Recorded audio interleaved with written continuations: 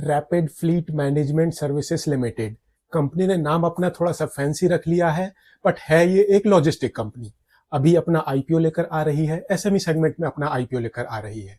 जानते हैं इस कंपनी के बारे में एंड इसके आने वाले आईपीओ के बारे में। कहीं मत जाइए, चैनल को सब्सक्राइब कर लीजिए। सबसे पहले जान लेते हैं इस कंपनी के बारे में। Rapid fleet management services limited, ये कंपनी एक तमिलनाडु बेस्ड कंपनी है। 2006 से इस बिजनेस में है एंड बेसिकली ये कंपनी एक लॉजिस्टिक कंपनी है जो कि सामान को एक जगह से दूसरी जगह ले जाने में हेल्प करती है एंड उससे रिलेटेड थोड़ी बहुत और भी सर्विसेज प्रोवाइड करती है। बेसिकली ये कंपनी एक लॉजिस्टिक कंपनी है, 2006 से इस बिजनेस में है एंड ये कंपनी अपनी सर्विसेज दोनों सेगमेंट में प्रोवाइड करती है। बेसिकली B2B सेगमेंट में प्रोवाइड करती है एंड B2C सेगमेंट में प्रोवाइड करती है। हालांकि जो मैक्सिमम रेवेन्यू है वो B2B सेगमेंट से आती है एंड ये नॉर्मली हमने देखा है दैट जो ये लॉजिस्टिक कंपनियां होती हैं इनकी जो मैक्सिमम रेवेन्यू आती है वो B2B सेगमेंट से ही आती है, बट जो इनके ज्यादा मार्जिन्स होते हैं वो B2C सेगमेंट से आते हैं। एंड आज की डेट में जो इस कंपनी का फ्लीट साइज है ये मोर देन 200 ट्रक्स का है। एंड अगर आप इस कंपनी की क्लाइंट लिस्ट देखोगे तो यहाँ पर आपको काफी बड़े बड़े एंड काफी फेमस ब्रांड नेम्स नजर आ जाएंगे। एंड ऐसे ही इस कंपनी ने अपने बिजनेस को 2-3 सेगमेंट में डिवाइड करा हुआ है, जैसे कि full truck load service, partial truck load service, exim related services and renewable equipment transportation से रिलेटेड सर्विसेज। अब जिनको नहीं पता full truck load and partial truck load क्या होता है, तो यहां पर मैं आपको बता दूं। अब अगर आपको अपना सामान कहीं दूसरी जगह भेजना है एंड आप पूरा का पूरा ट्रक हायर कर लेते हो या फिर आपके सामान इतना ज्यादा है दैट उससे पूरा ट्रक भर जाता है, तो इस केस को हम बोलते हैं full truck load service. Basically यहां पर कंपनी ने क्या किया है, अपना पूरा का पूरा ट्रक आपके लिए डेडिकेटेड कर दिया है। एंड जो पार्शियल ट्रक लोड होता है वो इसके अपोजिट होता है, जहां पर कंपनी आपके सामान के साथ साथ बाकी काफी सारे लोगों का सामान एक साथ लेकर जा रही होती है। एंड एक्जिम से रिलेटेड सर्विसेज होती हैं, एक्सपोर्ट इंपोर्ट से रिलेटेड सर्विसेज।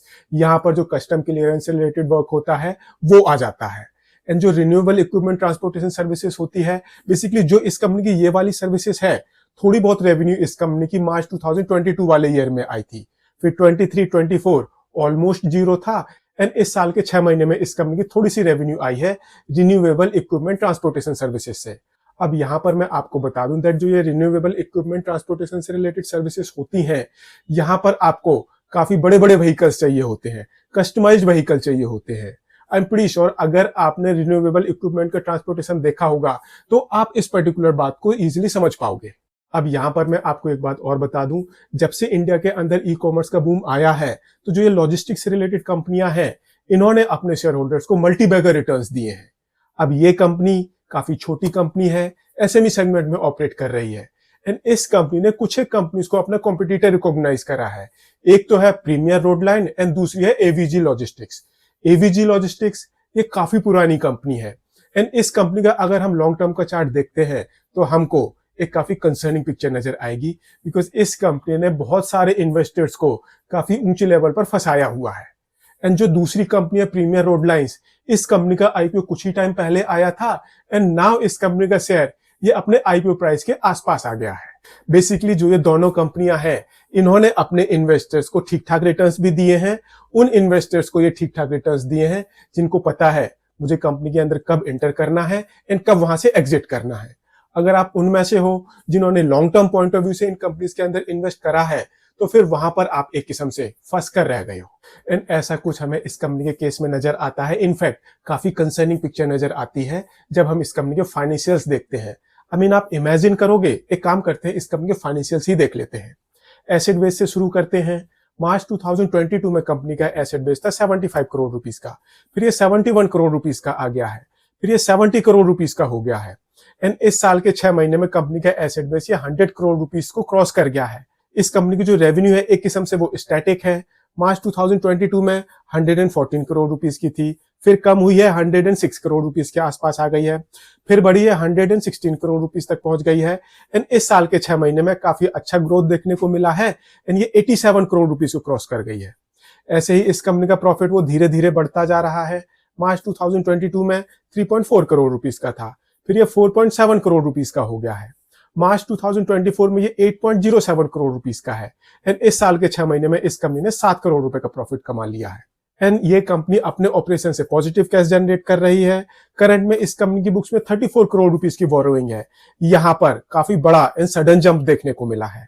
एंड ये कंपनी 14.68% के एबिटा मार्जिन पर ऑपरेट कर रही है, ऑलमोस्ट 7% के पैट मार्जिन पर ऑपरेट कर रही है, मोर देन 50% की इस कंपनी की रिटर्न ऑन इक्विटी है एंड मोर देन 32% की इस कंपनी की रिटर्न ऑन कैपिटल एम्प्लॉयड है।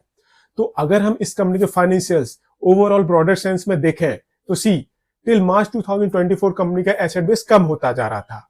ये हम मान सकते हैं बिकॉज कंपनी का जो एसेट साइज है ज्यादातर वहां पर ट्रक्स है एंड जो ये इस तरह के एसेट्स होते हैं वो ज्यादा डेप्रिशिएट होते हैं। That is the reason company का एसेट बेस ये धीरे धीरे कम होता जा रहा था। बट मार्च 2024 के बाद कंपनी ने थोड़ी सी इन्वेस्टमेंट करी है, लोन लेकर इन्वेस्टमेंट करी है, तो एसेट बेस बढ़ा है एंड कंपनी की बोरोइंग्स भी बढ़ी है। बट जो कंपनी की रेवेन्यू है till March 2024 V shape movement देखने को मिली थी, बट इस साल के 6 महीने में अच्छा खासा इंप्रूवमेंट देखने को मिला है एंड ये एक प्रॉफिटेबल कंपनी है and operating cash flow positive company है। तो ये थोड़ी सी अच्छी बात है इस कंपनी के लिए। एंड ये कंपनी करंट में अपना आईपीओ लेकर आ रही है अपने कंपटीशन में एक रीजनेबल वैल्यूएशन पर। एंड आईपीओ पर्पज से इस कंपनी ने अपने आप को 142.75 करोड़ रुपीस की वैल्यूएशन दी है। 43.87 करोड़ रुपीस का इस कंपनी का इशू साइज है, पूरा का पूरा फ्रेश इशू कंपोनेंट है। 183 रुपीज से 192 रुपीज का प्राइस बैंड है। 600 शेयर्स का लॉट साइज है, तो जो इस हिसाब से आपकी मिनिमम इन्वेस्टमेंट होगी ये होगी 1,15,200 रुपीज की। 21 मार्च को आईपीओ ओपन होगा, 25 मार्च को आईपीओ क्लोज हो जाएगा एंड 28 मार्च को इस कंपनी की लिस्टिंग होगी।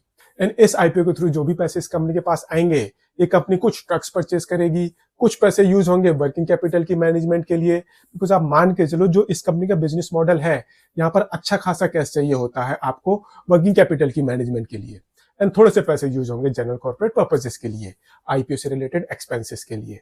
तो फिर क्वेश्चन आता है क्या आपको इस कंपनी के आईपीओ में सब्सक्राइब करना चाहिए या फिर इग्नोर करना चाहिए। तो यहां पर मैं आपको बता दूं दैट जो कंपनी का बिजनेस है काफी बढ़िया है, कंपनी की जो क्लाइंट लिस्ट है काफी जबरदस्त है, बट जो कंपनी की रेवेन्यू है वहां पर हमको वी शेप मूवमेंट देखने को मिल रही है। एक किस्म से ठीक ठाक है बिकॉज अगले साल मार्च 2024 के बाद इस कंपनी की रेवेन्यू में अच्छा खासा जंप देखने को मिला है। प्रॉफिटेबल कंपनी है, operating cash flow positive company है एंड ऐसे ही जो इस कंपनी के मार्जिन है, प्रॉफिटेबिलिटी मार्जिन या फिर रिटर्न मार्जिन, वो काफी बढ़िया है। तो एक किस्म से आप इस कंपनी को कंसीडर कर सकते हो for investment point of view. But जो इस कंपनी के कॉम्पिटिटर्स हैं एक किस्म से अभी तक उन्होंने अपने इन्वेस्टर्स को फंसाया है। तो अगर आप एक वेल अवेयर इन्वेस्टर हो तो फिर यहां से आप हो सकता है थोड़े बहुत पैसे कमा लो।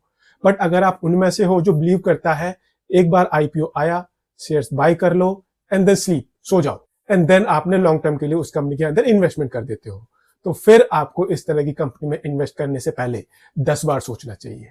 मैं अभी इस कंपनी को अवॉइड करूंगा। आपके डिसीजन मेरे डिसीजन के बेसिस पर नहीं होना चाहिए।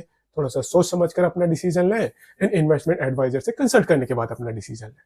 एंड अगर ये वीडियो पसंद आया हो तो इसको लाइक शेयर जरूर करें एंड चैनल को सब्सक्राइब करें। Thank you.